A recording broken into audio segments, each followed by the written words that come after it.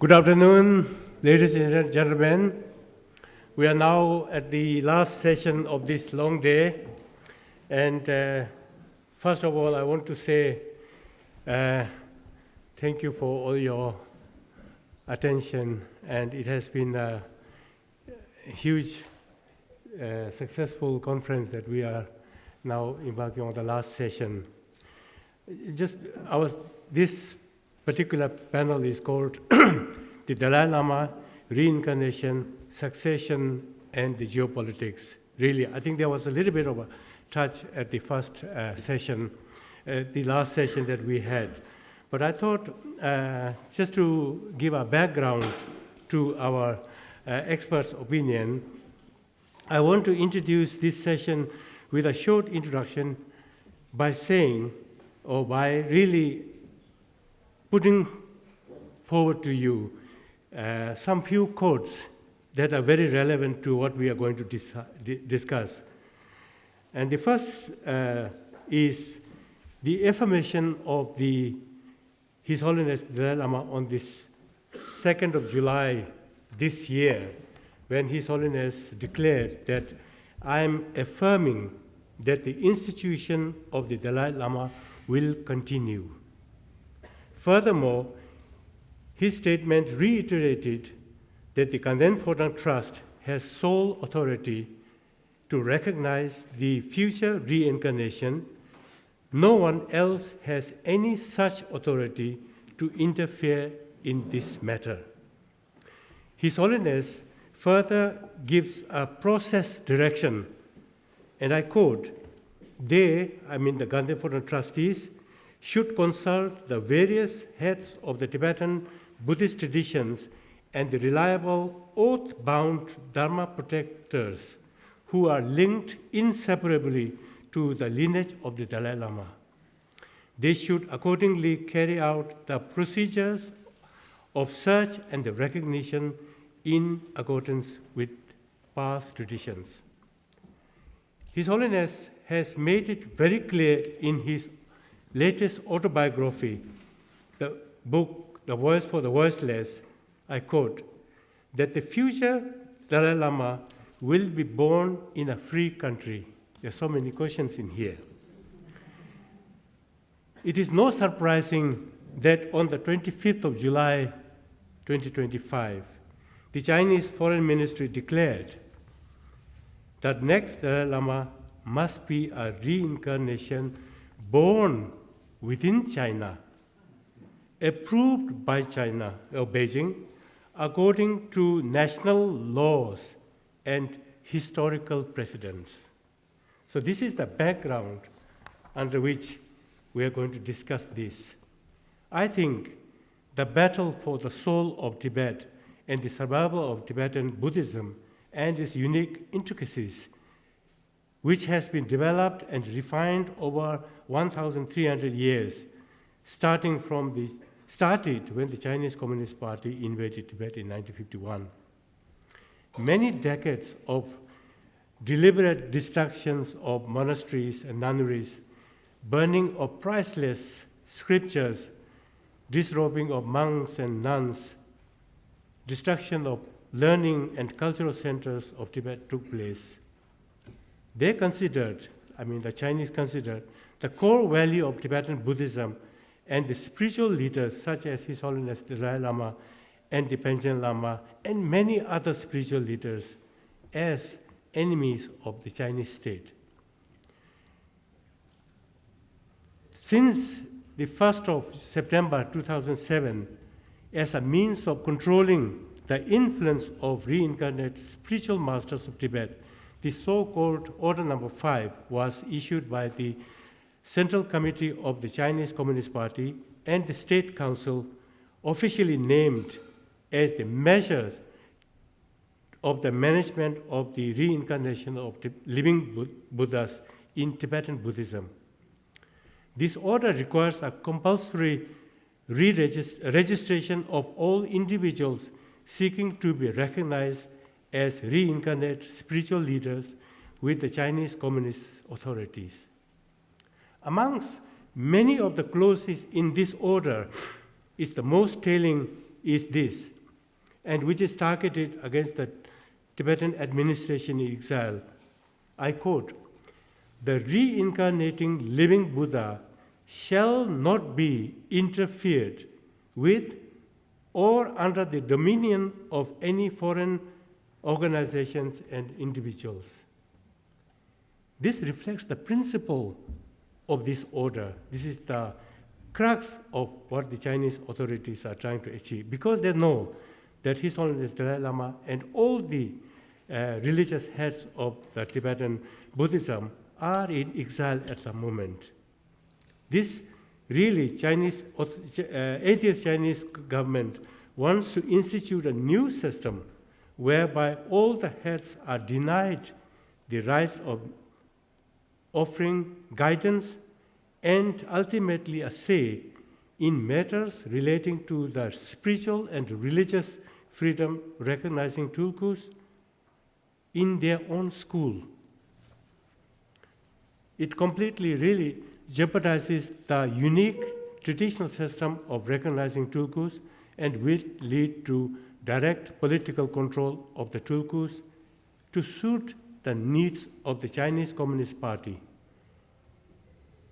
Political control over the religious activities and the role of religion by attempting to make key religious figures and pension lamas like other tulkus into a paid bureaucracy of the Chinese government is a new weapon deployed to undermine the Tibetan Buddhism and to insult and oppress the Tibetan people.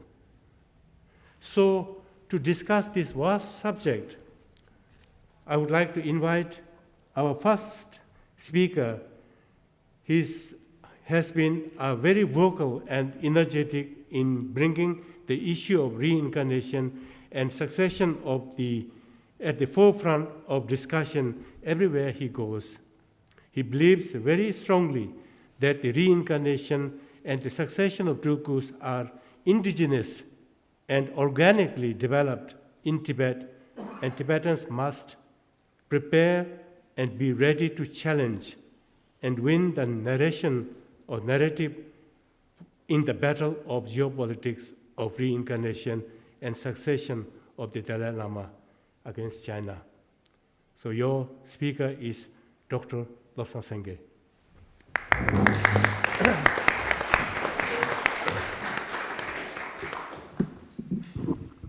Good afternoon. I've been traveling a bit, so I would rather stand and try to beat my jet lag so that I don't fall asleep.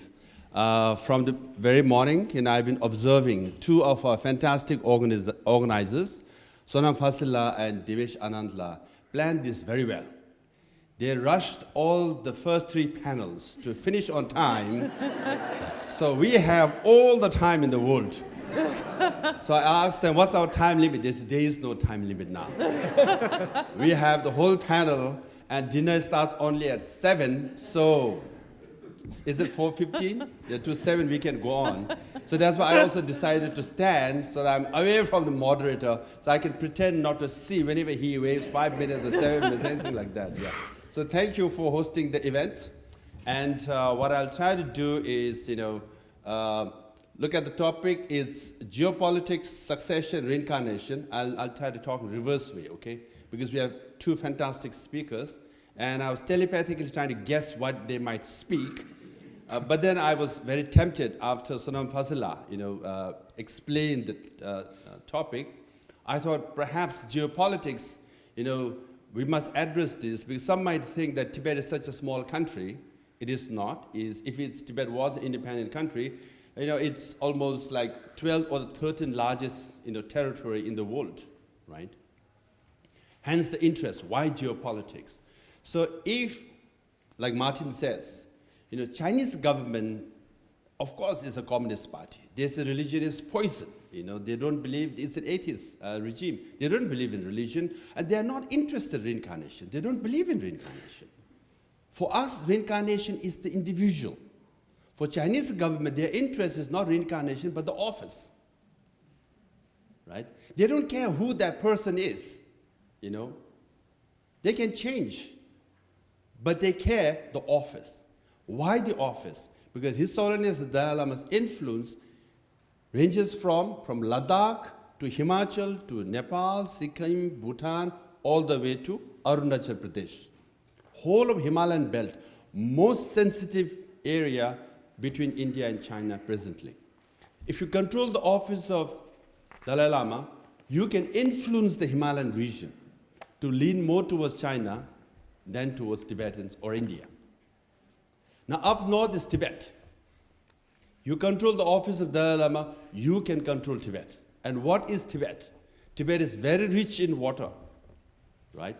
6 of the 10 largest rivers of Asia flow from Tibet. 136 different kinds of minerals. 75% of uranium, the lithium reserve of China is in Tibet. So that's why they want to control minerals. They want to control water. That's why Tibet. And up north is Inner Mongolia. Also majority Buddhists, and they follow Dalai Lama as their teacher. They want to have control or influence over Mongolia, or rather continue to sustain their influence over Mongolia. Why? 90% of the rare earth of China is in Inner Mongolia. Now, rare earth is weaponized by Chinese government. They are pressuring whole Western world. America also, it's quite weak on this, because without rare earth, you cannot have phones, satellites, missiles, any technology now. But 90% of the rare earth is in Inner Mongolia. So when China is weaponizing globally about rare earth, it's Inner Mongolian rare earth. Now you have the office of Dalai Lama, you can influence Inner Mongolia. Up north, independent Mongolia. Again, they follow Dalai Lama as their religious leader. So again, look at the landmass from Himalayan region to Tibet to Inner Mongol, Outer Mongolia. Up north of Mongolia, Buret, Tuba, and Kalmyk, 3 republics of Russia, are also Buddhist. They also follow Dalai Lama. Can you imagine the influence of the office of Dalai Lama? That's why they want to control the office of Dalai Lama. Now, Buret, Kalmyk, and Tuba, again, rich in natural resources as well, but now it's connected to, can you imagine reincarnation of Dalai Lama is connected to the Ukraine war? Because Russia is dependent on China now, 90% of the drones of Russia are supplied one way or the other by China. But you might not know, 40% of the drone parts of Ukraine are also supplied by China. Why? They want to prolong the war. You prolong the war in Ukraine, that means you drain Europe, including UK, it's coalition of the willing, and there's war fatigue, and you exhaust all your resources. And more Russia prolongs its war, Russia also drains its economy, it weakens itself, and it becomes from junior to junior most partner of China, right? Now, they're killing 5 birds with 1 stone. Ukraine, Russia, Europe, and America. If there is an invasion of Taiwan, some say it is going to happen, but some say 2027, anytime, Europe and NATO will not be in position to support, because they say, we are so exhausted with Ukraine war. We don't want to touch Taiwan. And America, with 28 countries in Europe, is not able to defeat Russia. In Asia, how many countries will support America? 4 or 5 at most. Now, because of Russia's dependency on China, China is pressuring all these 3 republics in Russia to support China and go against Dalai Lama. That's why His Holiness Dalai Lama has not been able to visit Russia for the last 10 years. Recently, there was an international conference just a few weeks ago in Kalmyk, International Buddhist Conference. Delegations from all the Buddhist countries participated. And India also had a delegation, which included 3 Indian citizens with Indian passport, but from Tibetan monasteries of Tibetan origin. But China pressured Russia to deny them visa. Now India buys 70% of the arms from Russia, oil from Russia. India has been a great friend of Russia, but now Russia had to choose between Indian pressure or Chinese pressure, right? Who did they choose? They chose China, and visas were denied to 3 Tibetan lamas. That's why we want this war to end. Because if war continues, more Russia becomes dependent on China. China will say 3 republics should choose their Dalai Lama and not our Dalai Lama, right? So geopolitically is very important. Now I want to address 3 things because we don't have Chinese representation. I'll try to make their point of view and then counter it from Tibetan perspective. Number 1, the Chinese government says, as the statement was read, we decree and decide the next Dalai Lama because we have the authority. Whoever we select or decree will be the 15th Dalai Lama, and Dalai Lama himself have no role, no right to decide. That's their claim.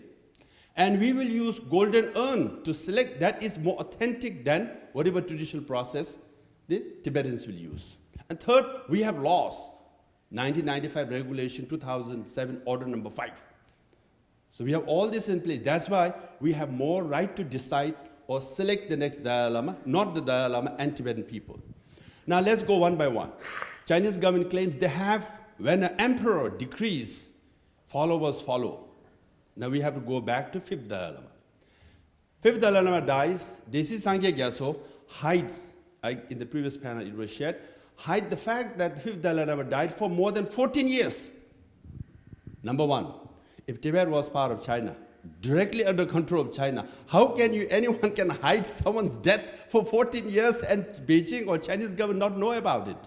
The fact that Beijing or Chinese emperor was so far away that no clue what was happening in Tibet was clear that one could hide for 14 years. First of all, I'm making this Chinese point of view, from Chinese perspective. Okay, Manchu is a foreign ruler over China, which is a separate matter.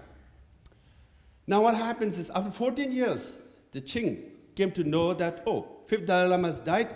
Desi Sangye Gyatso, why did you hide this? You're wrong. What the hell did you do? But Desi Sangye Gyatso said, yes, I want to complete the construction of Potala Palace, so I hide this, but this is the authentic Dalai Lama from Arunachal Pradesh. And the Qing said, okay, I decree that he is the reincarnation of 5th Dalai Lama. But then Hazan Khan, grandson of Gushe Khan, said, you know what, my grandfather was too generous to Tibetans, I'm going to lead my own army, slaughter aristocrats, and dethrone 6th Dalai Lama. I'm going to put my own nephew, some say his own son, as the 6th Dalai Lama. And then he writes to Qing, my son is the Dalai Lama now, 6th Dalai Lama.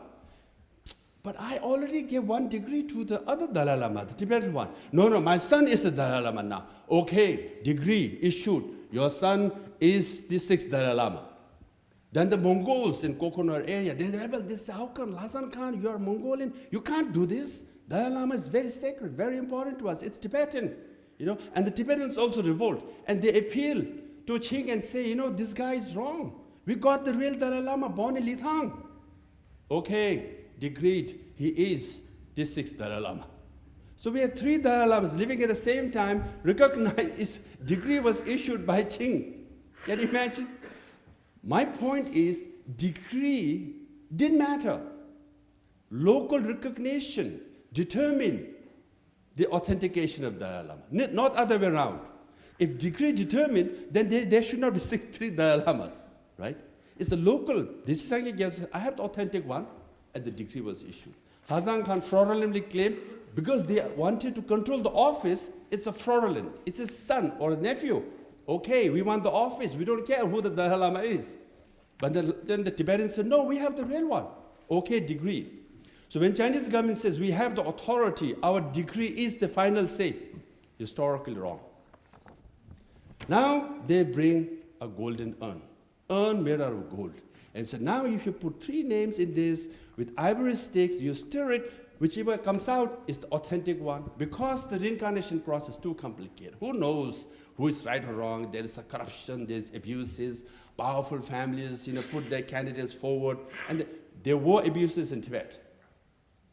We should accept that fact. But then we have a very democratic, transparent way of getting rid of them. We have many great lineages.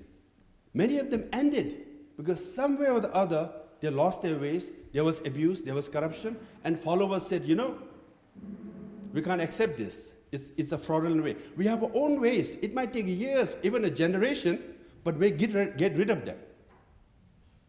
But Chinese government said, no. Golden urn, you shake it, stir it, ivory stick is so precious. When the name comes out, it's the authentic one. But then if you read papers and books written about golden urn, it brought more corruption. You bribe the ambans, Chinese officials, you get your candidate in the golden urn. They even select you. So it did not end corruption or abuses. So golden urn did not prevent corruption abuses, thereby the justification is invalid or weakened. Now, golden urn itself, we must know the traditional process is, yes, there's a lot of divination, all that. Finally, Lama puts name of the candidates in a dough. They put a name in a dough, 2, 3 dough, and then in a bowl, they stir it. They're praying. And they stir it, when the name pops up, they say, okay, this is the reincarnated Lama. That's the traditional way. Most of the Lamas are selected that way. Who is responsible put names in the dough, and 3 dough, and then they stir it, name pops up, and say, okay, this is the one. Or they will try again and do it. So what golden urn did was they just changed the material from the bowl to an urn, dough with ivory stick. Now, if you change the material, can you say, I've introduced a totally new procedure. This is a new procedure, and hence, I have modernized the Tibetan selection process, and this is the legitimate one. No, they just changed the material. Changing a material does not bring new procedure or new regulations or new system. It's just a change of material. So when they show their golden urn, okay, just hope. Now, if the Chinese government use golden urn, will Tibetan follow? No, because Panchen Lama, Tashalumbo Monastery, is the base of Panchen Lama. When he died, Chinese government appointed a search committee led by Chari Rinpoche of Tashalumbo Monastery. And they did all the search committee, right? Finally, they narrowed down and said, you know what? Gendin Choge Nyima is the Panchen Lama. Recommended by Chari Rinpoche, the name was sent to His Holiness Dalai Lama in India, and Dalai Lama also did divination and said, you know what? Yes, Gendin Choge Nyima is the Panchen Lama. We must remember this. Chinese government appointed committee of Tashalumpo Monastery had them selected and finalized Gendin Choge Nyima as Panchen Lama. And then His Holiness said yes, and he made the announcement. We make a mistake by saying His Holiness Dalai Lama recognized Panchen Lama. No, he endorsed Panchen Lama. But what did Chinese government do? 2 minutes. You're being so ungenerous. Yeah. In front of Kalu Rinpoche, we are talking about compassion, kindness, You can't be so corporate and stick things like that, right? Now, let's have a popular vote. Should I continue? Raise your hand. So, No. unanimously voted. No. Now, No democracy. so, and my point is, now Gendin Choge Nyima is the legitimate one, right? Now the Chinese government, what he did? They kidnapped him, he disappeared. In his place, they brought Ganzen Nubu, they brought the golden urn, right? And put 3 names, and they picked Ganzen Nubu, whose parents happened to be Communist Party members, right? And he said, he is the Panchen Lama. How many Tibetans in this room will accept Ganzen Nubu as the Panchen Lama? No. We still believe Gendin Choge Nyima. He has disappeared. We have not met him. We have not seen him for 30 years. Because for us, the person is the reincarnated Lama, not the office, right? So let me end with this. Let me end with this, right? So golden urn doesn't matter. Now finally, there's order number 7 and order number 5. My point is still 1990. There was no laws regulating reincarnation. When Panchen Lama died in 1990, when His Holiness Dalai Lama got Nobel Peace Prize in 1990, Chinese government, we need laws. And then they brought laws. So laws were brought way later. So there were no laws from 1951 till 1990, more than almost 40 years. There were no laws. So laws were brought post facto to justify their previous action. So laws, no validity. Golden urn, no validity. Degree, no validity. Thank you.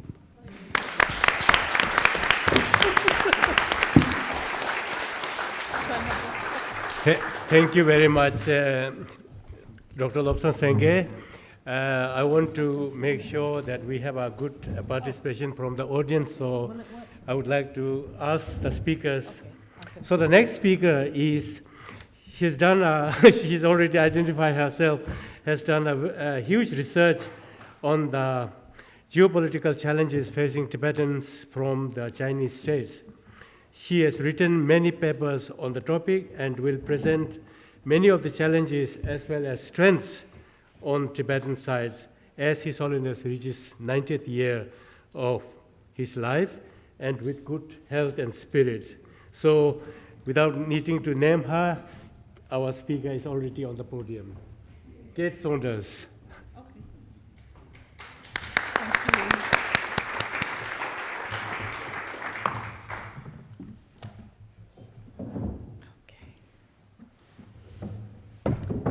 Thank you so much for the invitation. Can everyone hear? Yeah, great.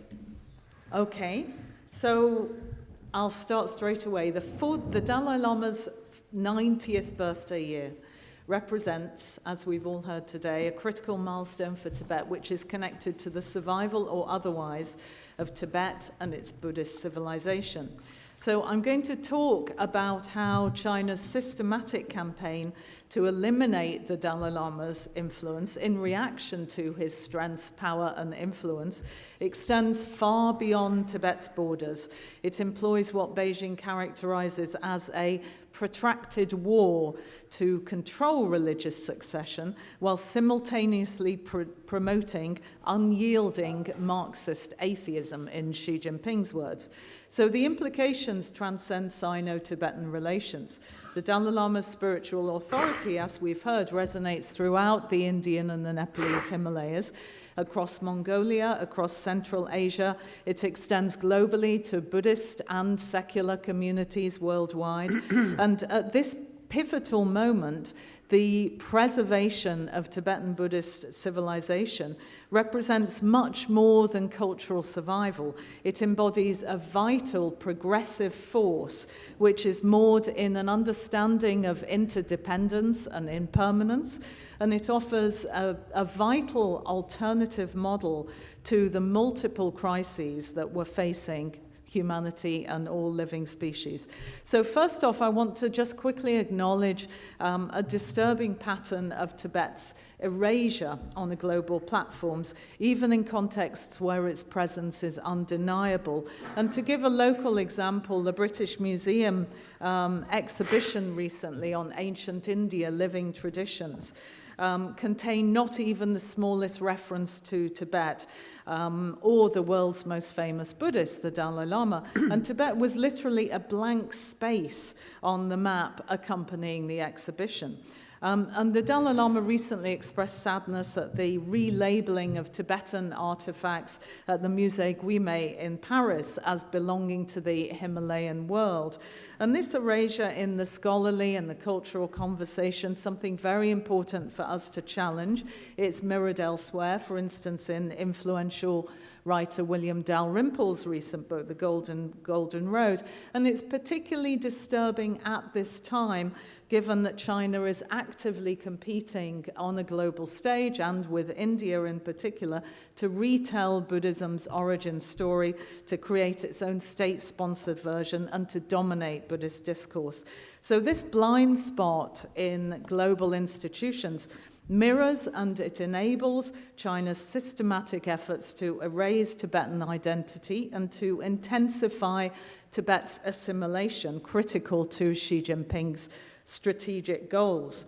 In July, I was one of thousands of people very fortunate enough to attend His Holiness birthday celebrations in Dharamsala, and also attending were camera teams, media teams from all over the world.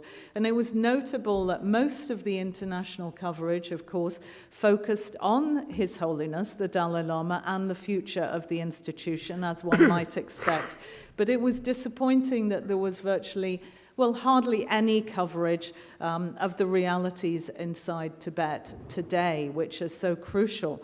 There are many, many reasons for this, which we can't go into here. Among them, China's expulsion of international experienced correspondents, sealing off Tibet from the outside world, and closing the gateway into exile for Tibetans. But that reality inside Tibet matters, not only to Tibetans, but to the world. Tibet has an often overlooked overlooked strategic and geopolitical significance, as Lobsang Sangay has explained just now. World's highest and largest plateau, global epicenter of climate change, the source of Asia's major rivers. China's policies are rapidly reshaping Tibet's landscape and have incalculable consequences downstream. And Beijing has a coherent plan to control Tibet, which directly impacts now, I think we can see clearly, on global systems. It involves infrastructure construction on a massive scale for dual civilian military use. It involves the removal of Tibetan rural population from their land, border village construction and resettlement, big data centers, the extraction of minerals, including important deposits of lithium, and of course the construction of hydro dams in some of the most seismically unstable areas of the planet. So here are two scenes that capture the essence of the struggle between sacred authority and state power. In Manhattan last year, His Holiness the Dalai Lama was recovering from knee surgery in a hotel room covered in scaffolding. And this unlikely place became a pilgrimage site for Tibetans from all around the world. Meanwhile, 8,000 miles away in Xining, Xi Jinping visited Tibetan children at a Chinese boarding school, emphasizing the party's agenda to replace Tibetan identity with Chinese nationalism. And during his visit, Xi went to a monastery. It was the very site where his father, communist revolutionary Shi Shongshun, had met the 10th Panchen Lama in 1951. And that Panchen Lama died in 1989 after submitting one of the most far-reaching critiques of communist rule ever written. So his successor, installed by Beijing, while the Dalai Lama's choice disappeared at the age of 5 in 1995, remains central to China's plans for controlling the future succession. And this was underlined during Xi Jinping's Lhasa visit in August, which was a highly choreographed North Korean-style affair in stark contrast to the joyous outpouring of love and reverence that we experienced in Dharamsala in July. And prior to his Lhasa trip, Xi Jinping met Gyaltsen Norbu, installed by the Chinese as Panchen Lama, and instructed him to make greater contributions to the Sinicization of religion in Tibet. So earlier this month, just in the first week of October, the authorities staged another elaborate act of political theater. Eminent Tibetan lamas were brought together from across the entire Tibetan plateau to attend a Kala Chakra empowerment conferred by China's Panchen Gyaltsen Norbu. And Tibetans understand very well the deeper subtext. And various Tibetans observed to me that receiving this empowerment connotes a spiritual bond of trust between a teacher and a disciple. And in staging this ceremony with a Lama that most Tibetans do not regard as legitimate, China is aiming to create a personal religious bond as part of its elaborate plans to ensure influential religious leaders conform to their imposition of an imposter Dalai Lama when the time comes. So Tibetans consider the Dalai Lama to be a living bodhisattva of compassion, someone who's consciously chosen rebirth to help all beings. And his achievements that we're all well aware of in this room in Buddhist scholarship, in secular education, and in scientific dialogue bear this out. And of course, today the Dalai Lama's spiritual authority spans the world. He's met presidents, popes, and prime ministers right from his early meetings with Mao Zedong in the 1950s. And many Chinese in China number among his devotees, and that's a fact he specifically referenced in his July statement confirming the continuation of the Dalai Lama institution. So, and in response to this global presence on the world stage, Beijing has intensified a counter-influence operation seeking to end international support for Tibet and to prevent the emergence of a leader of any similar stature in future. Most of the people in this room are well aware of the various control mechanisms that they employ in order to do this in Tibet. Party cadres have been stationed in every village of Tibet since 2011.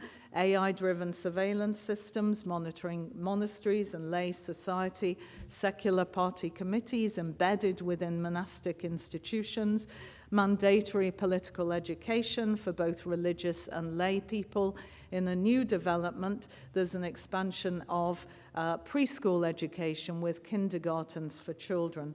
And the stakes became deadly real when Hunkar Dorji Rinpoche, who was a 56-year-old abbot and leading educator from Golok, disappeared from his monastery last year after refusing to host China's Panchen Lama. He managed to escape to Vietnam, but was tracked down and detained, apparently in the joint Chinese-Vietnamese security operation. China announced his death days later, just 2 weeks before Xi Jinping's visit to Hanoi, where China strengthened security cooperation with the communist government in Vietnam. And that development, I think, exemplifies how China's strategies have evolved from direct repression in Tibet to a sophisticated matrix of control extending well beyond its borders and connected to this succession issue. And that includes investment in Buddhist heritage sites like Lumbini in Nepal. It includes support for Chinese Buddhist organizations with significant Western presence, including in this country and in other European countries. It includes long-term promotion of the pro-Beijing Shugden sect, and it includes attempts to sideline the Dalai Lama's influence in India, including setting up a rival Nalanda University in China itself, which attracts Indian and Nepalese students. So in 2020, the United States adopted legislation rejecting any foreign interference in selecting the next Dalai Lama. Soon afterwards, China escalated by making it illegal for reincarnate lamas to be born outside Chinese territory, and that paved the way for heightened pressure on foreign governments to acknowledge Chinese authority over the Dalai Lama. Mongolia represents a critical test following the Dalai Lama's recognition of this child, who is Mongolian American, as the 10th reincarnation of the Bogd Lama, or the Jetsun Dampa. And that's a lineage symbolic of independent Mongolian nationhood and identity. And the Dalai Lama has played a critical role in the revitalization of Buddhism in Mongolia since the communist era, the Stalinist excesses of the 1930s. And China has responded with pressure on the family of the child, interference in monastic practice, and other Tibetan Buddhists connected to Dharamsala. So India, which is the land of the Buddha and heartland of Nalanda, stands at the epicenter of this struggle. And although the Dalai Lama has led a spiritual and a cultural revitalization of Buddhism across the Himalayas, his role of developing and protecting Buddhism in India is often sidelined and obscured. The 6th Dalai Lama was born in Tawang in Arunachal Pradesh, an Indian state that China now claims as part of the PRC. And China is now expanding efforts to deepen alliances with states along the subcontinent's northern frontiers, to weaken India's broader geopolitical influence, and to build pro-China groupings of Buddhist heritage countries through trade and connectivity networks. So the soft power of the Dalai Lama and Tibetan Buddhism, which is such an asset to India, and security imperatives are now intertwined, and that will now continue to shape and define India-China relations in future. So we don't have time to talk much about Nepal, so I'll just close off. I was going to say that although the Tibetan community in Nepal has shrunk to around 9,000, it's a very demoralized, marginalized community, Tibetan religious leaders with a strong international profile now have a powerful presence in the Kathmandu Valley, attracting people around the world, and very active in interactions between Dharamsala and Himalayan Buddhists. So just to conclude, if I may, China's success in its future attempts to influence and control the succession are not certain. Beijing has acknowledged some political vulnerabilities over its control of the plateau. Its multidimensional approach to controlling Tibet and the Dalai Lama's succession is countered by the global influence of the Dalai Lama and the civilizational power of Tibetan Buddhism. And this also lends the administration in exile an element of strategic leverage in its efforts to engage China. The Dalai Lama is a progressive leader who has demonstrated a capacity to evolve and to be flexible, whereas in contrast, China's fixation on an imperial golden urn ritual comes across as retrograde and old-fashioned. So, final, 1 minute. Okay, 30 seconds. So what hangs in the balance extends far beyond Tibet's future. It tests the international community's resolve to safeguard pluralism against transnational authoritarian networks whose reach increasingly transcends borders. And the Dalai Lama institution and Tibetan Buddhism represent this vital, socially progressive force. So I left a call to action here. I think we can come back to that. Yeah. Thank you.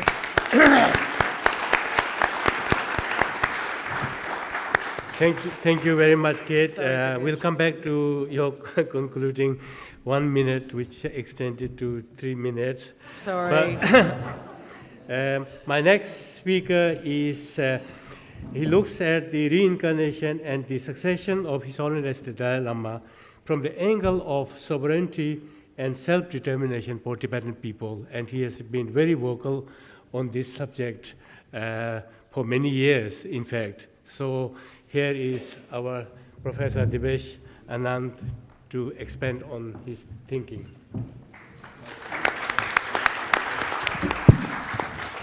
Thank you so much. As I said, I'm here now not as the organizer of the conference, but as a speaker and a scholar on this subject. Let me ask, so how many of you feel that the question of reincarnation for the Dalai Lama should be decided by the Dalai Lama? Can you raise your hand, please? How many of you feel that the question of the reincarnation of the Dalai Lama should be decided by the Dalai Lama? Good. You're awake now. If you're tired, that's good to shake you.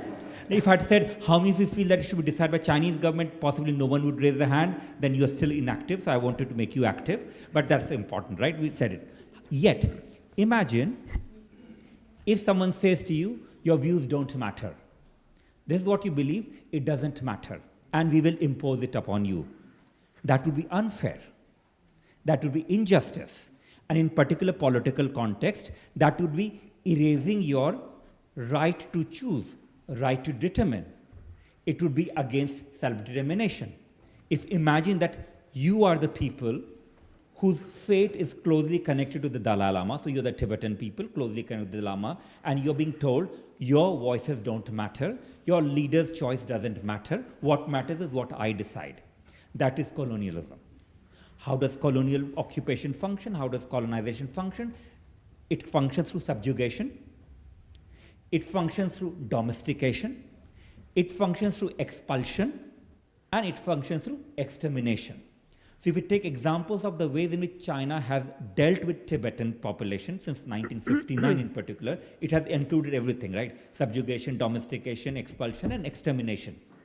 Now, if we focus on, that's what I've looked at in my work, but if you focus even on the concept of reincarnation, a practice of reincarnation, first 30, 40 years, they didn't really care because they had supreme confidence. And you think, but why would Chinese government not start to control in 1959? The whole concept of reincarnation.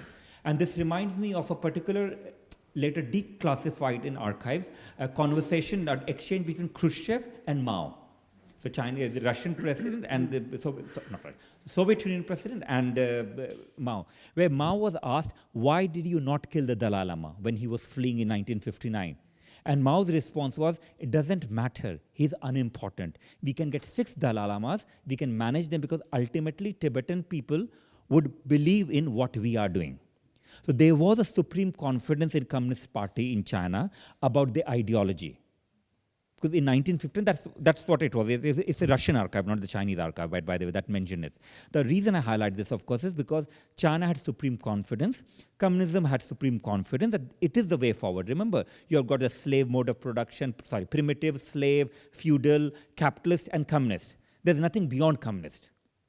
Communist is the end of civilization in terms of being at the superior. So the idea was once you are communist, you can't go back. So once Tibetans have been made communist, how can you go back? Because that's a superior thing, right? However, in late 1970s, when the negotiations started taking place between the Dalai Lama and Chinese government, and when the Tibetan negotiators went into Tibet, Chinese government realized that actually the Dalai Lama remains very popular. And then, of course, as other speakers have pointed out, things in the 1980s that took place that shook the Chinese government, where they realized that actually reincarnation is something they have to now manage and control. So they start focusing on domestication. So order number 5, you have all heard from 3 or 4 of us by now. Now, order number 5, again, I'll not, good thing about going okay, nice music. Anyway, the good thing about being the last is I don't have to repeat anything anyone says, or I could just repeat it. It's quite easy for me, right? And yet it's also difficult. What else do I say which they haven't said? So what I'll add to order number 5, of course, in 2007 is, basically it says that ultimate authority for any reincarnation, including your reincarnation if you were in that context, would be the government, right? But they also say it's not the Beijing. They don't say, they say basically every monastery has to write to the local Buddhist association and make a permit. So the permit for the living Buddha, that's what they call, right? The permit has to come via local Buddhist association, but in case of high lamas, like the Dalai Lama, Panchen Lama, Karmapa, it has to come via China Buddhist Association. So there's a body. Now, you may think that fine, there's a China Buddhist Association, so they are the mediators between the monastery and the government, China Buddhist Association. The challenge, of course, is China Buddhist Association is not an independent organization. It's not a neutral organization. It's not a bridge between Buddhists and government. China Buddhist Association is a part of United Front Work Department. Now, United Front Work Department is essentially integral to Communist Party of China. So you can imagine, therefore, Communist Party of China has United Front Work Department. United Front Work Department, by the way, that also deals with most of the propaganda, right? United Front Work Department then controls China Buddhist Association, that in turn controls reincarnation. Therefore, the notion that somehow Chinese laws are like any other government, where you are having some kind of secular oversight over religious matters, doesn't work because there's a complete control. So essentially, the order number 5 is, in 2007, is essentially about domestication, subjugation, and where it's possible, if you don't accept, extermination in the sense of bringing disrespect to certain institutions through confusion, but of course expulsions. That's how they operate. Now, one thing to bear in mind is, and Chinese government language often would be that they are doing what other governments have done or do. They all no one lets religion be completely free. They have some kind of control. So the first country to legislate around reincarnation was not China, it was Bhutan. They did it in the 1960s. It was very clear there was a National Assembly passed a law, which was a National Assembly at that point in time, which essentially said that in 1960s, they had a phenomenon of number of Bhutanese babies being discovered as lamas of Tibetan lamas. And then, of course, apart from the wealth and the power and the prestige, that was leading to instability in Bhutan. To control that, essentially, they had a law where basically they had to get permission. And some kind of law was basically that if a Bhutanese boy, it was usually boy in that case, baby is recognized and the parents want to take them out of Bhutan, then they lose the citizenship of Bhutan. So, in one sense, it's correct that China is not unique in terms of trying to legislate or trying to control. But the difference is, the Bhutanese attempts were not to bring disrespect for the institution. It was not to domesticate the institution. It was to manage between their own national security and maintain respect for the institution. So there's no evidence at any point in any of the legislation that Bhutanese government wanted to bring disrespect. Now, if you compare that vis-a-vis China, you find that at every stage for China, it is around not generating belief, not mediating between belief, but essentially bringing the belief down. If you have 2 Dalai Lamas, 3 Dalai Lamas, 4 Dalai Lamas, where you might not even believe in like the Panchen Lama case, right? The Panchen Lama chosen by Chinese government. If no Tibetans believe, that's fine. They will be imposed. It will lead to confusion. It will lead to chaos. It might even lead to possibly, that's what possibly Communist Party might hope is, it might lead to even Tibetans losing faith in the institution. That also serves the interest, right? So the reason I wanted to highlight this part, of course, is there is Chinese colonization and attempt to control reincarnation. That's how we have to see how China operates. Second, it does raise complicated questions about national identity. I don't want to look at you, Rinpoche, because I don't know your full ethnic background, but imagine a situation. I hope you don't mind, but a different context, fine. Let's ignore him. Let's focus on someone else. Imagine that for 50 years' time, or 60 years' time, later, right? In terms of even, and it's not a joke, we know it's serious, but that's how I speak, so you have to accept it. Imagine that the 15th Dalai Lama baby is found, and I've said that, so if you've heard me, it's a repetition, but most people wouldn't have heard. Reincarnation is found in Tawang. Now, that to an extent fulfills the Dalai Lama's clear message that he's not going to reincarnate in Chinese-controlled Tibet. It's in Tawang. It's a Buddhist majority area. From Chinese government claim, and Chinese map, that's actually China. So it would be quite interesting for China to make a claim that it was done in foreign land when on its own map it's China. So we'll find it how they do it, we'll see it. But imagine that that boy is actually a Bhutanese family who's living there. So the question would be, is that boy Tibetan? Is that boy Bhutanese? Is that boy Indian? The reason I raise this question is because when we look at modern international relations, it is very much based on boundaries. Here's end of China, here's where Mongolia begins, here where Mongolia ends, here where Russia begins. The national identity is either you are this or that. But entire concept and practice of reincarnation challenges them. Because you could be born in a family that's ethnically Tibetan, but grown up in Nepal, then you get your entire education in India, but you are a reincarnation of someone in Bhutan, right? So I'm just giving that as an example. So who are you then? Okay, you are Rinpoche, but who are you in the sense of ethnicity? So you see, the reason I highlight this is because not only in terms of boundary and borders, but also in terms of national identity belonging, reincarnation poses very interesting and important challenges to international relations. Finally, when it comes to Tibetan reincarnation and that of the Dalai Lama, my argument would be, it is not, I know we respect him, but I would argue that it's not even the choice of the Dalai Lama. It has to be the choice of Tibetan people. Of course, in which case he represents the Tibetan people, that's there. Because the reality is, and he has himself said in his statement that when people from Tibetan regions, from Mongolia, from the Buddhist republics in Russia, from India and elsewhere, they wrote, right? That he decided, right? But to an extent you could see, because he had said he might not reincarnate. He might reincarnate something else, he might not. He kept saying he retains the sovereignty over his indecision. So ultimately, reincarnation was about sovereignty issue for him. But his sovereignty has been qualified that sovereignty is not his individual sovereignty of 14th Dalai Lama. That sovereignty is also closely connected to the wishes and determination of people of Tibetan origin and Tibetan Buddhist origin.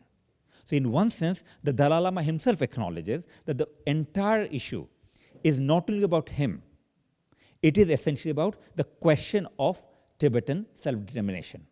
And that is important to bear in mind, because geopolitically, the way it would be played out would be where there'd be a lot of focus on the reincarnation question, there's two Dalai Lama, maybe no, whatever, that would happen.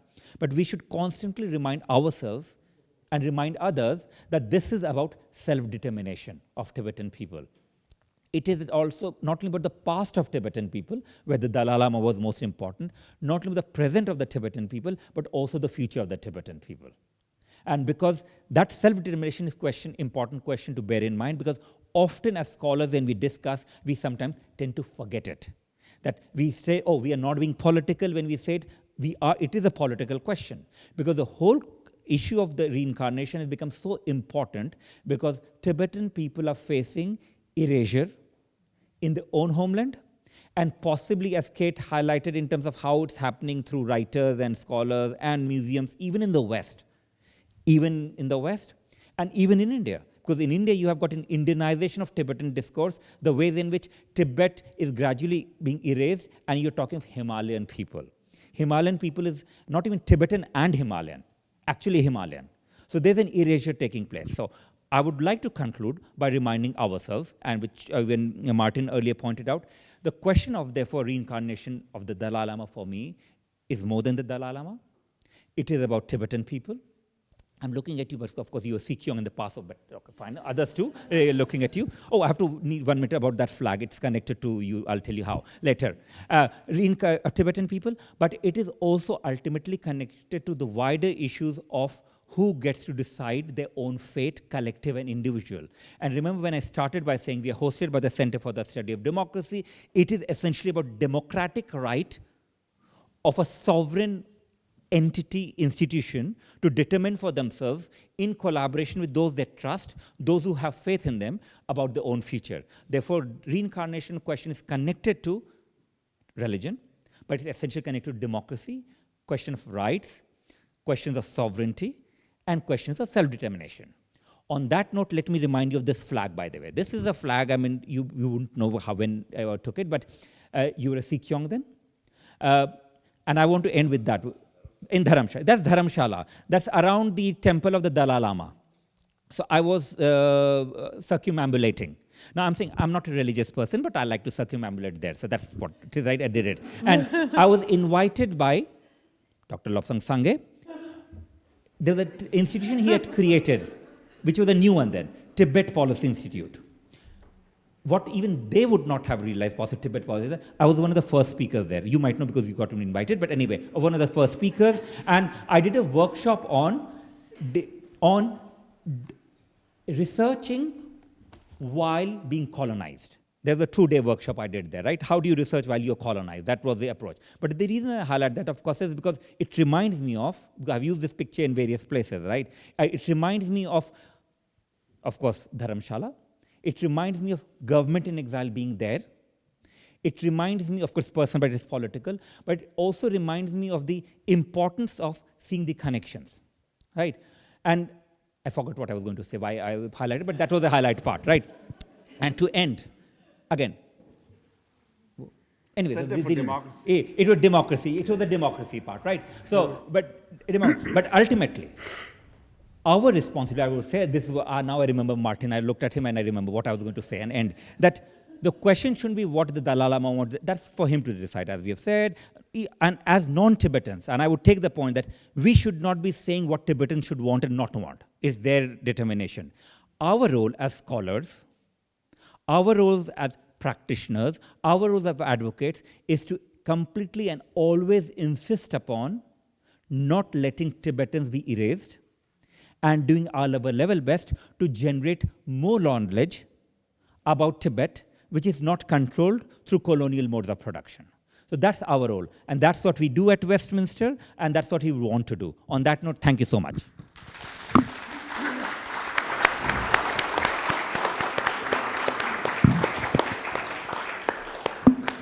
Thank you very much, Dibyesh.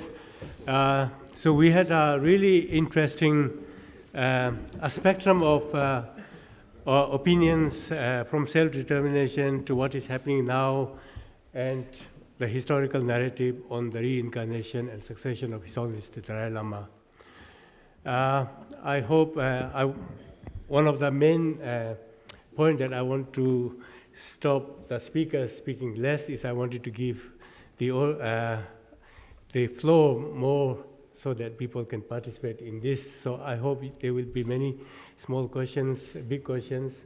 But I want to ask three of them first, what you're thinking. That the polarization of thinking that is our Dalai Lama and their Dalai Lama, as we speak now, as if there are two camps. Of course, there are two camps in a way, but how do you imagine that Dalai Lama being the emanation of Chenrezig, especially looking after the land of snow in Tibet, when he talks about His Holiness being born in a free country, what country or what region does our researchers associate these two? Something related to Himalayas or something down in the oceans? So how do you see this as researchers? Can I? So no, again, it's very important. The relationship between teacher, guru, and disciples, right? So it's disciples outside mainly, So we believe that now we ask our guru to come back. Now so it's very democratic. The disciples authorizes the guru now. You have the power, our prayer appeal for you to come back. And thereby guru authorizes now, there's authorization, this is very democratic, authorizes his office, Ganden Podang, trust, I authorize you to coordinate and facilitate the selection of my Dalai Lama, my reincarnation. Contrast that with Chinese government. Everybody is saying, don't do it. We don't authorize you. We don't want anything from you, right? Yet they want to. So this authorization, now we have delegated to Gandharpa. Now we must also believe, now there are a lot of lineages where they leave either written indications or indications in many ways or in mystical realm as well. When the search committees are formed, when they travel around to find this reincarnated Lama or the boy, in fact, in some of the Dalai Lamas, right, the key figure who actually finds the reincarnated Lama is a cook of the previous Dalai Lama. So it's not a high authority guy. It's what I call familiarity and similarity test you have to go, And then the cook and the personal attendants, those who serve the Lama, know him the best. And they will say, oh, this boy has very similar characteristic, And this boy also say, oh, I know you, or some indications, say, oh, there's this touch. That's the mystical realm. That's the emotional intelligence, That's how they connect and say, I think he's the guy. I just feel for this, And it's not the head of the group.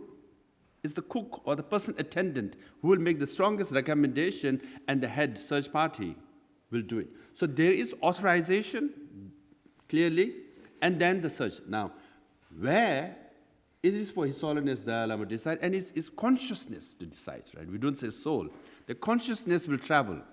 And that, I think, His Holiness will decide where. Now, it could be, India. It could be, anywhere in the world. But most likely in India, I would guess, because normally, the Lamas, they leave indication. Someone mentioned third Dalai Lama. He spent many years in Mongolia. There's always a mystery. Why fourth Dalai Lama was born in Mongolia? Because he spent many years in Mongolia. He died in Mongolia. And Mongolian followers say, we want our teacher to come back, and the fourth came to Mongolia, right? So, similarly, His Holiness Dalai Lama has lived the longest in India, and he himself says, I'm a proud son of India because the body is made up of all the dal and bhat I ate in India, and the gyan, the wisdom I have is from Nalanda, So both his brain and his body is made in India. Now he has already shown spiritually, personally, indications, but you never know. London could be also his favorite place deep in his heart, So. Well, with all the curries and Indian food here in India, you never know, right? But that's fine. No, the one thing I would highlight, of course, is we do talk of two scenario, etc., and sometimes we do it in the game sense, how it works. But this is an important matter. Now, I would argue that if Chinese government wanted some kind of resolution in the longer term, the best thing they could do is not recognize anyone. And the reason for that, of course, is because at least that still leaves some room for negotiation 20, 30 years later. So I said, if they're sensible, if they're pragmatic, they might not recognize the boy recognized by the exiles, that's understandable, but not recognize anyone. Because if they do that, at least in 30, 40 years' time, if their situation changes, maybe there's some scope for negotiation. But if they do recognize someone inside China, Chinese-controlled Tibet, that's the end of any negotiated settlement ever in history between China and Tibet. So I would say, I mean, we don't know, because of course, all the indications of China is that it's going in more draconian authoritarian direction, so it's likely to be more arrogant and do it. But I said, if they decide not to, that might be more sensible from their perspective and also offer some solution in the long term. Thank you. Okay, so Tibetans are having to reimagine succession planning in an entirely new landscape where the Tibetans in exile face economic, other forms of coercion, transnational repression, digital surveillance, and they don't have access to their landscape, the Oracle Lakes, the sacred mountains, and so on. So this, and at the same time, the geopolitical forces arrayed against them are something that have never been faced before in Tibet's history. So as the panel have said, this is a very serious position. And the Dalai Lama has said this is the most serious threat to the survival of Tibetan Buddhist civilization in 2,000 years of history. So, and often when I speak to, for instance, governments, or when I go and do the lobbying that Kala Rinpoche talked about this morning, that's so important to do, often there's a sort of bit of a fixation on the whole process of reincarnation. You know, is there a child going to be born who's got bigger ears, or where will that child be found? And I always try to steer the conversation away from this to look at what can actually be done now in the global political climate to support Tibet, to prevent the erasure, and to, I think, new multilateral path strategies are required, really, in which governments see this as a much more strategic issue than they have before. No. So that the importance of Tibet, the way it matters to the world, as an issue of strategic significance that matters to India in terms, and it matters to Britain as a part of the Indo-Pacific tilt, the Indo-Pacific narrative. It matters in terms of the climate change, climate emergency debate. So I think that if we can show the reincarnation issue and the future of Tibetan Buddhist civilization as an integral part of this, and what we have to defend and protect. Thank you. Yeah, if I may quickly, if I wear my Tibetan hat, you know, we all talk about two Dalai Lamas, right? And then there is dilemma, there is drama. For Tibetans, there is no drama. There are two Panchen Lamas. One is fake, one is real. We choose the real. Fake, we don't care. Historically, we have had some fake lamas.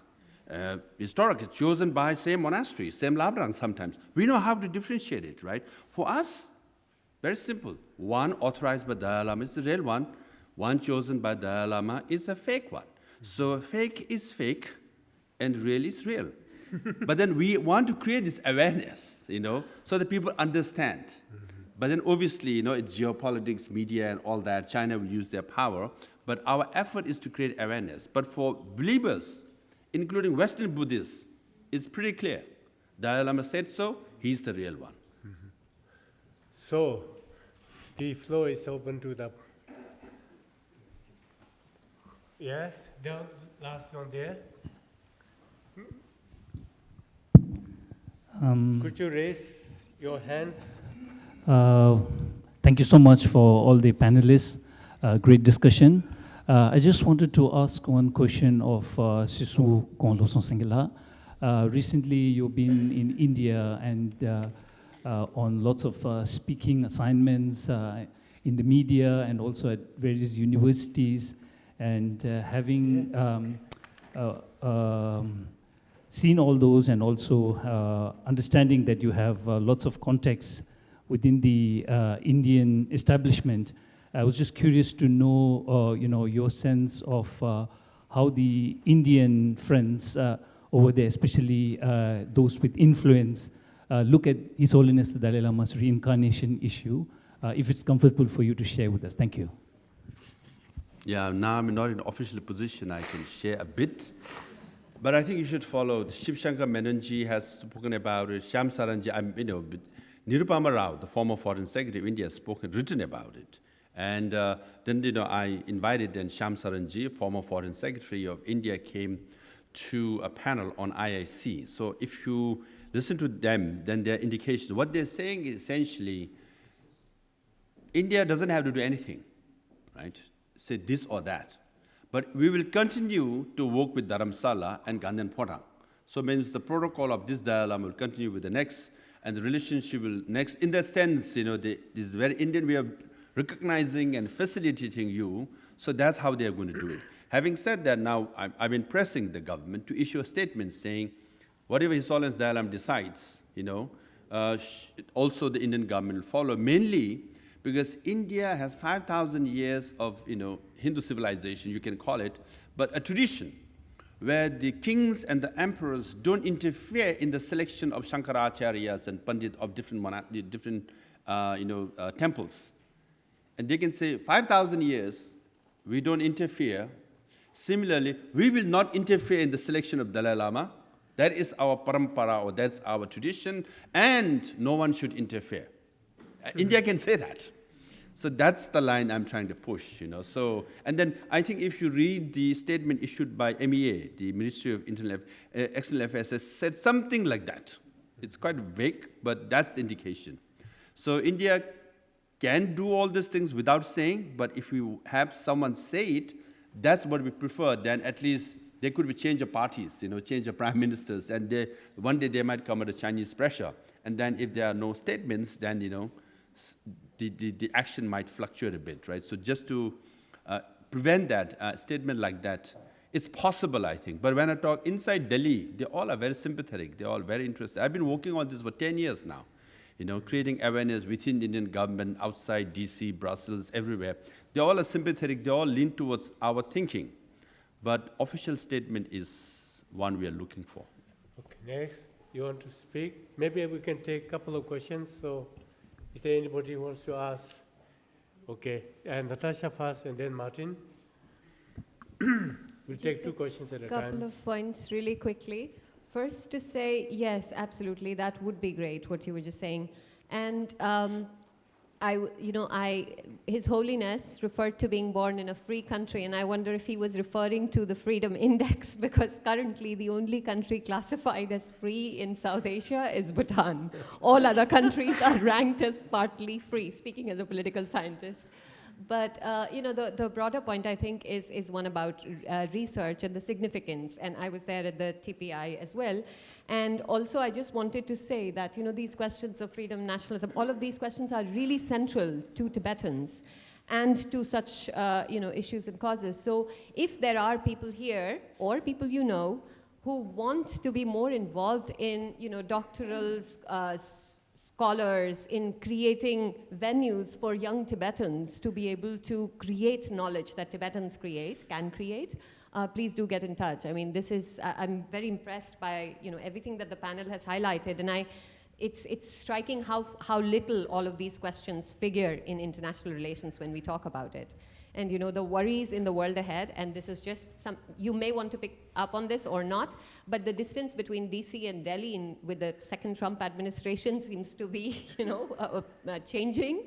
So perhaps opportunism and realpolitik are taking precedence over longer term, committed principles of policy. And if you wanted to reflect on what those challenges might mean specifically for Tibetans with, in the context of India versus US. No, I just came from DC also, yeah. Martin? Thank you, Martin Mills again. Probably too often, I should probably keep my trap shut, but there we go. I do think, however, I'm going to put a caveat in here, which is to agree with Lobsang Sangay briefly, in the sense one does need to remember that the religious interpretation and the political interpretations are different. And with all enormous due respect to the host, and I appreciate you're largely from Politics and International Relations departments, politics and international relations is not the whole of reality. A crucial ethnographic and historical point here, of course, is that actually in the Tibetan history, various kings have interfered with the reincarnation process. So the king of Tsang, for example, in the early 1600s, banned the search for the reincarnation of what would eventually prove to be the fifth Dalai Lama, the great fifth. Probably with good reason, given what the great fifth then went on to do, but there we are. And the political process of recognition is one, even then, about handing over land and titles and monasteries and seals and all of those kinds of things, which is a sort of slightly separate process, the question of saying, well, what happens to the reincarnation? The idea that, for example, I don't think that even the Chinese Communist Party, well, maybe actually in their happiest dreams, think that they can actually determine the direction of a Nampa Shepa as it moves towards rebirth. Maybe they do. Maybe some people do and think that bureaucracy will cover that. But I do think one needs to keep that sort of, those two things separate from one another, precisely because the resilience of the Tibetan tradition is that it has survived many of these moments as a consequence of its religious devotions and so on and so forth. If we're talking interreligious dialogue here, I'm going to take a page from the Jewish Talmud, which talks about what are called the tzadikim nistarad, which are the 36 hidden figures that maintain the order of the world. And they are 36 virtuous people, none of whom know that they are those people. They are not recognized as such, they are not given titles, they are not given offices, but they keep the order of the world going because of their simple virtue, which is entirely hidden. And I sort of think, in a long-term historical perspective, rather than simply the short-term political perspective, we do need to kind of keep those two separate. Thank you, Martin. Do you want to say something? Maybe, yeah. Maybe a short one. Anybody Maybe a prepare short. your questions? A short response. I think that the Communist Party is appropriating religion or the sort of Dalai Lama institution in the same way as it does, democracy. It's not a word with meaning. And I think that you're absolutely right. I think the elaborate and the absurd nature of the Chinese planning for the succession process over decades, which we've tracked in great detail in Chinese policy documents, is a reflection of the strength and of the Dalai Lama institution, the Tibetan Buddhist civilization, and also the discombobulation of the Chinese, because the Dalai Lama himself has maintained a position of strategic ambiguity is the way that, he's said so many things over the years, I might be reborn as a woman, or I might not be reborn at all. And of course, the Chinese have reacted in the only way they know how to react, by just asserting their control over this. But they are still vulnerable, I think, in this respect. And quickly, I think because Lobsang is going to respond to the Delhi DC thing, but and I'll come to the knowledge production part later in my closing remarks. But coming back to what Martin said, you're right. Politics and IR is not destiny. There are, of course, all kinds of complications. If you look at Tibetan history, even the reincarnation is longer than the history of People's Republic of China. Even Dalai Lama is older than PRC. And the whole lineage is longer than 3 empires put together, including the Communist Empire. However, I would still remind ourselves that we are dealing at this present with, and this is to do with modernity, but also communism, and also the ways in which they have operated closely together. We are dealing with an ideology which becomes even stronger. So the idea of empire where you compromise, that we compromise 50-50, that's gradually gone. So the more Chinese occupation is controlled, it is becoming exterminationist in terms of absolute control over Tibetan culture and heritage. So the difference from the past would be that there is no evidence in the last 30 years that there's any room for compromise from the Chinese perspective, or there's any question or determination. Going back to the Qing Empire, even the Mongols, when they did engage or interfere, remember in the decree example, which Dr. Sangay was pointing out again and again, that they would just come up with decree, it didn't really matter, but they did come up with decree. The problem, of course, is the decree has force of violence, immense violence today, the way you can't compare with the past. The decree also has a force of preventing any other country from acknowledging anything else. That's what they're trying. So in one sense, the modern notions of sovereignty, the heavily bureaucratized surveillance state which has absolute and can have absolute control over population, which was not possible in the past, and of course the ideology of which is a mix of both capitalism and communism for China, all of that does imply that, I'm not saying that Tibetan culture will not survive with this, but it faces a pressure which they have never faced in the past. I think we have to make the argument very simple. It is for Dalai Lamas to choose. Is this body, is this consciousness, So I think we should constantly remember, we must articulate this. No one should interfere, not Indian government, not American government, not Tibetan government, not Chinese government, not even his family members. It's his choice. That's reincarnation. And that we must put forth. And then Natasha mentioned about Delhi and DC. Actually, in 2020, we passed a law called Tibetan Policy and Support Act. And the main chapter is on reincarnation.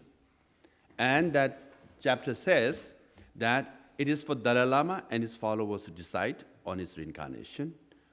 No one should interfere. Specifically, it says Chinese government should not interfere. Any official who interferes will be penalized or sanctioned.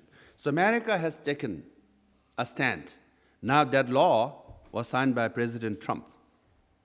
So in that sense, America is the strongest voice on this issue so far. But I know Brussels and Delhi, they all actually agree on this and how you articulate it outside. Now, another also you encourage some Tibetans, those who want to do PhD or write a paper, should come to you. But it's very important, we must understand Chinese perspective and Chinese argument. That's why I talked about golden urn, the decree, because unless you understand China, you will not understand Tibet. So for us to understand, because they will come with Chinese argument. For example, I'll just come with Chenglong Emperor, right? Now, 1793 decree or the 29 provisions came during Chenglong. We all know that. But we should know who was Chenglong. In his tomb, even today, there is tomb. It has 30,000 Tibetan and Sanskrit characters, Buddhist characters. Not even a single word of Chinese or Manchu word. Can you imagine he was a Manchu? Why? Because he believed himself as a Buddhist, which is a good thing. But it got to his head, he himself thought he was a Buddha. Not just Buddha, he himself thought he was the greatest of all Buddhas, and he mandated a scroll with 108 Buddhas with his photo in the middle. And he mandated that when you select the Dalai Lama and Panchen Dalai Lama, you should do in front of my scroll. So I'm the greatest Buddhas, all other reincarnated Lamas should do it. And even the Chinese got rid of it. Oh, this is too much, See? So you must understand the personality background as to why this came about. He just got a little hallucination, or so to speak, So this is very important. And then Tibetans, as I said, right, already selected their lamas, and they informed the Qing, whoever, in Beijing or Mongolia, whoever wanted, and then the decree was secondary. Right? So now with the 9th, 10th, 11th, 12th Dalai Lama, now 1793, the first Dalai Lama to be used, golden urn, will be 1809, right? Now, we already selected our Dalai Lamas, okay? But then Chinese government, the Qing said, you have to use the golden urn. We kind of used in one or two, but Chinese claim all. But let's assume we use for 9th, 10th, 11th, 12th Dalai Lamas. All died young. So golden urn is bad luck. So had they left us on our own device, on our own tradition, all the Dalai Lamas lived long, except one born in Mongolia, but he lived up to 24 years, right? But otherwise, 9, 10, 11, 16 years old, 14 years old, 18 years old, all died young. So when the Chinese government uses golden urn, it will bring bad luck, unfortunately, to that Tibetan boy. And they will put this boy and the Tibetan family through hell, because no one will recognize this boy. They will be socially ostracized. Because the Chinese government is so interested in controlling the office, they will put this boy and the family through hell. And then, we feel bad for the boy. But he will still be a puppet. He will still be a duplicate. Other questions? After you. Just quickly, I wanted to just add a very playful comment that, of course, in a room full of academics where we're talking about geopolitics, that, of course, that suggestion that the lady at the end mentioned, that, of course, it could be a girl. Just to remind us all of the possibilities and the worldwide love for the Dalai Lama. It could be anywhere on this planet at all. Well, also because the Dalai Lama has been such a feminist leader. Kate, I'll take another question. Okay. Sorry. Yeah. We know that. That's all. Whenever the fake Dalai Lama comes, we will know. We will not recognize it. Put it as simple as that. When Panchen Lama, when he was about 6, he disappeared, and a new one came from China. Nobody recognized it. So that should be clear to everybody, and should be made. We don't want to have endless debates. When the fake comes, fake must remain fake. And we, the 6 million, 12 million, 100 million, will make the determination. So what I'm more interested in, not so much of the reincarnation, but survival of Tibetan as a nation and a people. What about that? Now, more of the Tibetan people, international people, should recognize Tibet as a nation. Tibet was a nation for many thousands of years. And our politicians, our lots of little offices elsewhere, why can't they open their little mouths a little bit more about the freedom of Tibetan independence? Because it was an independent nation until 1950. And that's what I'm interested in. Now, let me wear other hat. It's easy to say fake will be fake, original will be original, we will do it. Right here in London, the Foreign Office historically used to recognize Tibetans had suzerainty in Tibet. And they changed it because people in London, Tibetans included, didn't raise their voice enough, didn't protest enough, didn't create awareness enough, did not put pressure enough on the the UK government to retain that, right? Similarly, the museum in France is saying it's not Tibet Museum, it's Xizang Museum, right in front of our eyes, right? What did the Tibetans in France do? They had protest, and they changed it back to Tibet. And now there's a case going on. So unless you create awareness, unless you debate, unless you go out in the streets and do it, you just can't say, when it comes, I'll see. Now, Panchen Lama, Chinese Panchen Lama, was almost landed in Kathmandu, almost landed in Bangkok, because we made noise, CT included, Office of Tibetan, people made noise. They were prevented. So the fake Panchen Lama almost became a real Panchen Lama in Nepal. Okay? So we have to create awareness, debate, know, arm ourselves with facts and figures. And then the Lama is associated with Tibetan nation. He reflects and represents Tibetan nation. He has spent his whole life. He's 90 years old. From the age of 16 when he was enthroned, all he did was spoke for Tibet and Tibetan people. Why Tibetan people with only 200,000 population is one of the highest profile issues in the world because of His Holiness the Dalai Lama. We should remember that. Not even a single layperson can claim that. No one can claim that. So there's a preserving him. Now we have him as a symbol, as a nation. To lose him is to lose a symbol.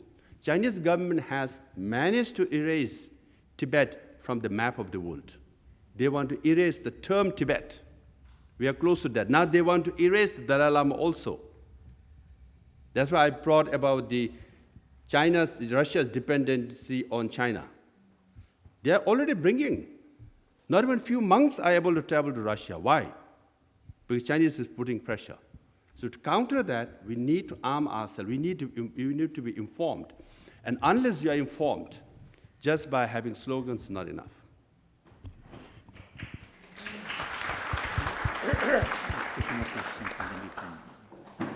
Maybe a couple of questions, if there is anybody. Otherwise, we will conclude this. You have a question? No. No. Okay. I'll just respond then. I was going to respond to that question. Is that okay? Yeah, I thought if there's more question, maybe. In terms of, you're right. And this is what my presentation was, yes, about Dalai Lama. It was also about the Tibetan as a nation, or Tibetans people. That is important. But as Dr. Sangay reminded us that it's not enough for us to know what is fake, what's real, because fake can then become real, real can become fake, and that's how complicated things are. People will start saying, well, who are we to decide who's real, who's not real, and then say, because remember, the fake one has immense wealth and power of a state behind the person, right, and the institution. They're doing everything possible. So like, for instance, they say, well, you can't recognize Taiwan. You can see what is happening, right? Taiwan, from being Republic of China, becomes a de facto country, but not de jure country for most, means at least it exists in reality, to a situation where everyone knew that US will protect it, to now almost a situation where, are you sure that Trump is going to intervene to protect Taiwan? So we have shifted very rapidly. And today, 25th of October, China has declared that it's going to be Taiwan reintegration day for them, and they're going to celebrate it every year. So we know situation can change geopolitically. So going back to even the issue of the Dalai Lama and everything, what the whole conference, of course, has done is we have reminded ourselves, for us, but our duty outside this room to keep talking of this, making sure that whose decision it ought to be, and the decision is not only by the Dalai Lama and the legacy and the reincarnation part, but also in some of our cases we have highlighted the importance of speaking about Tibet externally. So, before we conclude, I just want to ask each panel, maybe one sentence each for our audience to take from what we have discussed. And it has been thoroughly enriching, thoroughly fresh and new information. So I would like you to say maybe just a word, a sentence, so that they can take home and get their teeth in and start working. Who wants to go? Ladies first. Ladies first, that's easy. Yeah. Thanks, Lobsang. Yeah. Okay, so I'm going to say that the Tibetans often, perhaps, and maybe the activist movement, portray Tibetans as victims of oppression and abuse, which, of course, that is true, and they face tremendous oppression and abuse. But the civilization, the culture, the wisdom tradition is actually incredibly strong. And as we've seen throughout this whole day, it's an issue not only of international concern, but the Dalai Lama has globalized the institution. And if I may just add a little few words, the images of Modi, Xi, and Putin holding hands together were very symbolic recently and very chilling of the new world order in which we find ourselves, in which I think we need to develop a new form of multilateral engagement to support this great civilization. Mm-hmm. Thank you. I'll go next. Yeah. The main impetus behind me for the work I do is essentially around emphasizing that the Tibetans have right to decide for themselves what kind of freedom do they want. Do they want freedom within China through middle way, which is the Dalai Lama's way? Do they want freedom from China? That's not for us from outside to say, but essentially as a scholar, for me, the key emphasis is on recognizing and supporting Tibetans as having the agency to speak of free Tibet. this issue of reincarnation is also connected to global world order and especially Chinese world order. What is Chinese world order? We all must know. Huh? We might not like the present world order. It has hypocrisy, double standard, all that. But the Chinese world order can make recently 9 generals disappear. No one can ask a question. Their foreign minister can disappear. No one can ask a question. Okay? Another minister disappears, defense minister disappears. No one can ask a question. You ask, you go to jail. That's Chinese world order. Right? Today we can talk. We can criticize UK government, US government, anyone we want. We all go home. We'll have a dinner. We all go home. In China, you can't do that. So that's Chinese world order. Now, in that context, they're saying, we will select Dalai Lama. Tibetans don't want us to do it. Buddhists don't want us to do it, but we are going to do it anyway. Why? This is Chinese world order. Now, you might wonder, okay, Dalai Lama is Buddhism. No. In Xinjiang and all the Muslim areas, they say, we are selecting all the imams we like. We are discrediting and dissatisfying and jailing all the imams we don't like. Right? And then now with Christians also, Vatican has signed a document saying, now bishops are selected by the Communist Party of China and certified by Vatican. And they are the authentic bishops, and the patriotic bishops, popular bishops, are not the ones. So when you say now, they're saying, we'll select Lama, they're already selecting bishops, they're already selecting imams, and this is Chinese world order. They want to export this around the world. Now you might wonder, is this really relevant? It is. Let's say the Bishop of Canterbury here want to visit China. If he is critical of Beijing, visa will be denied. If you praise Beijing, you will be. Now, you might wonder, what about the Pope? It's true, because there is genocide committed in Xinjiang. The UN High Commissioner wrote a report about it. When they tabled it to the United Nations, what happened? 150 countries voted against it, including many of the Arab countries. So that means 150 countries support China. Now, in these 150 countries, all the cardinals, majority, are in these countries. Now, if they want to select the Pope, they will say, hey, if we want to increase, followers in China, or if Pope wants to visit China, we must select Pope that is amenable to China. See, so this is the Chinese world order, and it's coming. Tentacles are already in Europe and everywhere. So this is what we should be aware of. That's what I want to end with. And then you want us to end with one word. I'll say, Pyogyalo.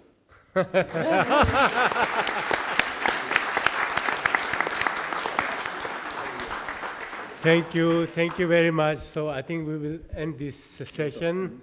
Shall I do the word of thanks from here? Yeah. Mm-hmm. By the way, Sonam Phasila, I thought he was a representative of His Holiness Dalai Lama to UK, I thought he would be more Buddhistic, but he's wearing his corporate hat today, yeah. He's a chartered accountant, CEO of chartered accountant consultants. He's so strict, huh? It looks like his mentor was a German guy or something. I didn't recognize this guy, yeah. Oh, let's go down.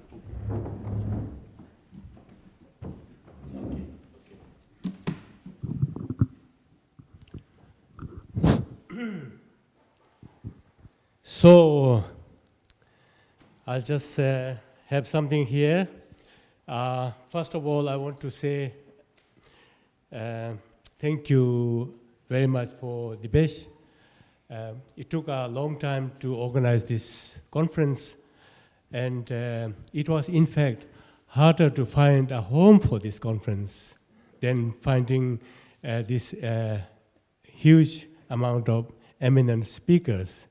So the fact that Dibyesh Anand and the University of Westminster giving us home for this conference is huge, and I want to say thank you very much for Dibyesh, who has been a great supporter of Tibet, but he is very independent.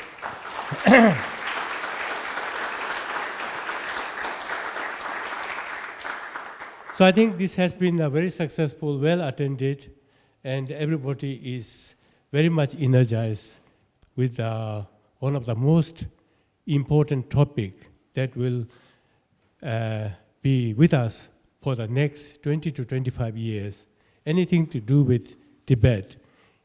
will be geared around His Holiness the Dalai Lama, and we cannot go anything outside of that.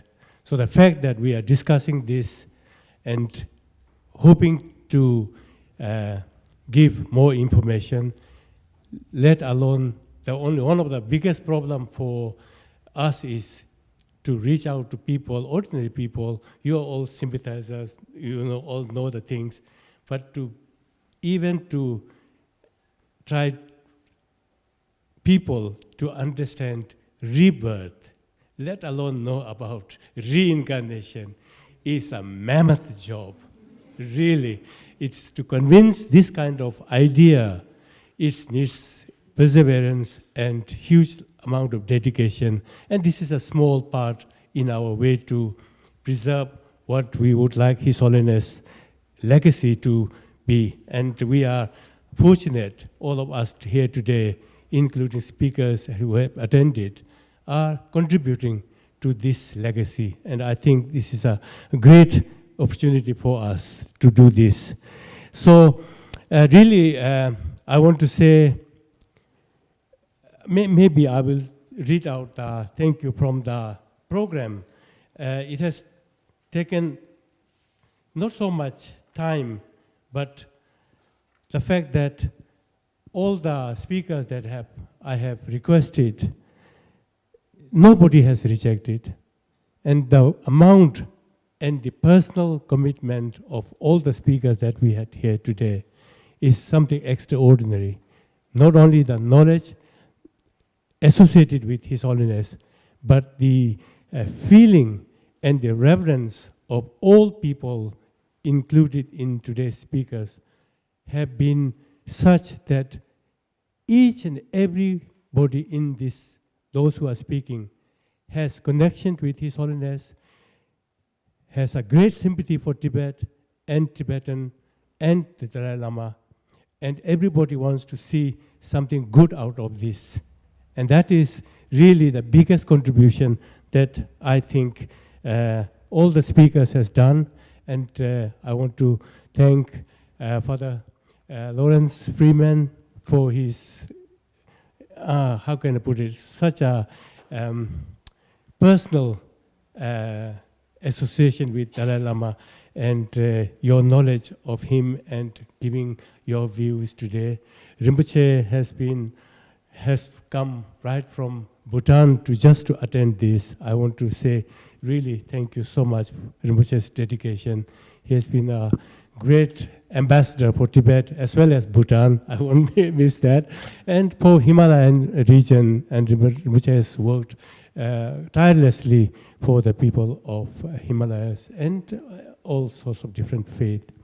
Charles Manson, who has done a huge research on reincarnation, time is a little bit poor for us, but you can see his video on the Congress Library. It's a huge, it's a much longer one, so I really want to ask everybody to have a read at that.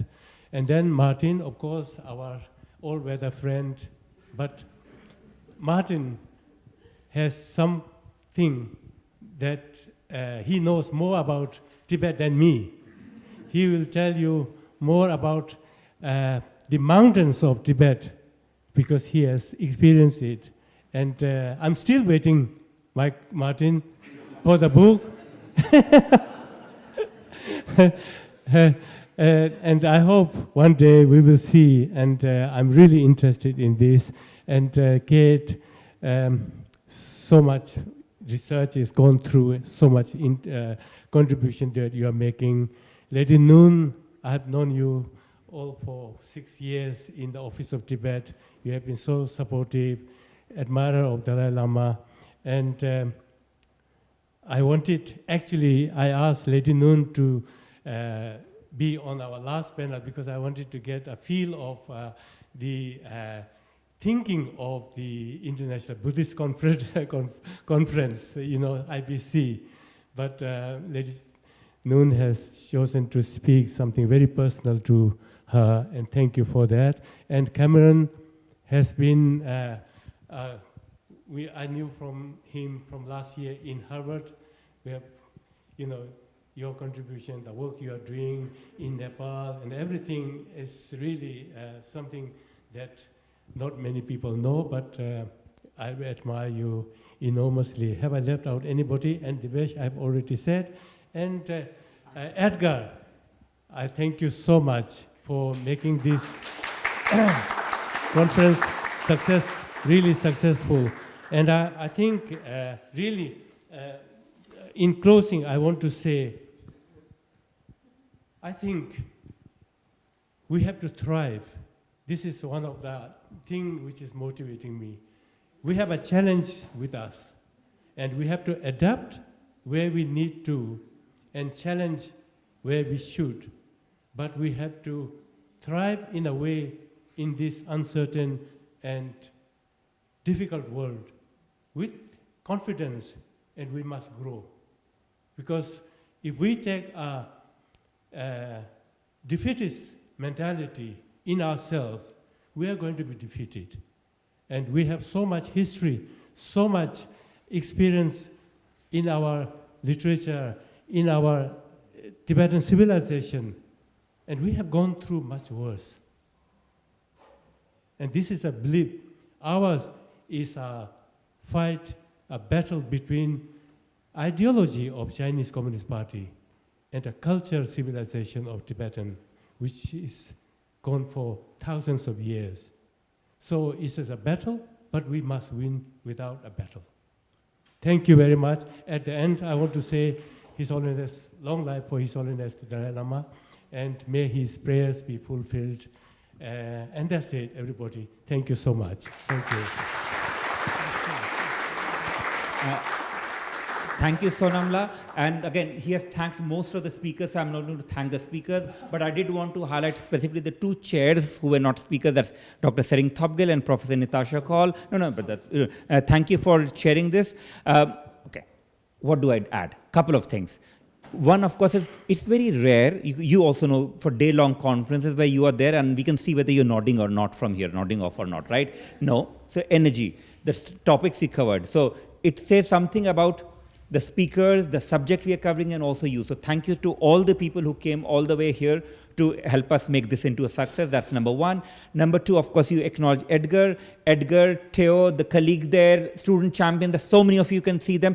Please give a round of applause to all of them.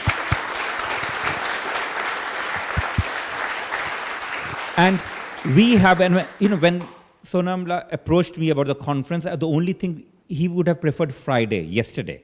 I said, no, it's Saturday. He said, no, Friday. I said, no, it's Saturday. It has to be Saturday. And this 6 months ago, yes. Because I know how timetabling and bureaucracy functions, and I also know that when can we do it properly and give full attention. And I always said, let's decide on date, and then I will have a team. I'm fortunate at University of Westminster to have a large number of students, and these are not the only ones, there are many more, students and colleagues who might not know the subject, but they are very curious and want to work with us. Imagine Saturday, someone made a joke about students. Saturday, 8 o'clock, students have been here, and they have been here throughout. That is the kind of students we have. So thank you so much to the students. And by the way, personally, I've worked on this for many years. The first person I know in the room is Dr. Sangay, by the way. That's born. I'm not going to talk about what discussion. We had huge disagreement that night. It was a Tibet Studies conference. I don't know about what, but we had huge disagreement. We have often had disagreements, right? And also agreements. That's nature of life. So I do believe, and if I use that interaction where I sometimes, oh gosh, I would get exasperated. I'm sure it was same with him, right? But having a sense that you can disagree with people, you can learn from them also. Doing both. That is at the heart of what universities are meant to be. We are not meant to be a monolithic sectarian place where everyone has to agree with all of the time. And we know that when it comes to ideology, be it right wing or the left wing, the far extremist part of it, they expect 100% conformity.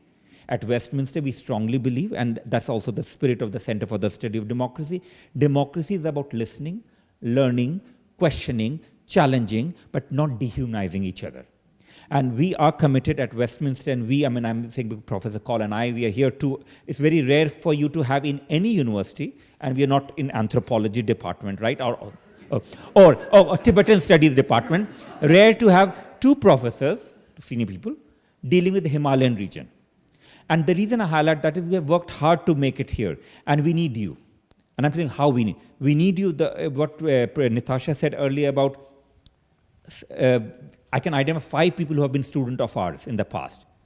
For various reasons, for the last 2 years, it has stopped.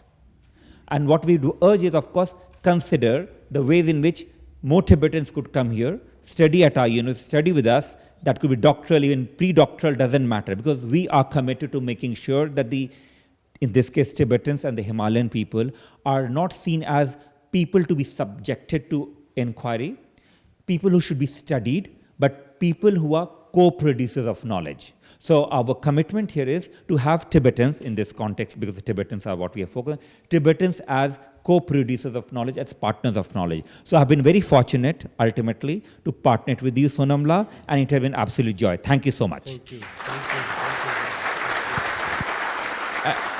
you. We conclude now. The only request is for all the speakers and the chairs to come here for a group photo, please, if you don't mind. And the tall ones, I know who the tall ones might have to be at the back, but that's fine. Okay. And then if you want to speak to them, just wait for 2 minutes. Give us 2 minutes, please. Join us here. 2 layers, I guess, 2 levels. Because I don't think one will fit. You're the tall one, anyway. Okay. Oh, many. How shall we sit? No. She will tell us how. Oh, not here. Okay. With Edgar, you have to help us. Okay, where should we do it? No, I think it's easy. Should we do the stairs? One down there, one there. No, don't go somewhere. Go upside and we might Then lose that thing. Yeah. Yeah. I think we can do it. back. Okay, back. Pull this back a little bit. Yeah. So then we can have 3 rows. 1 row down,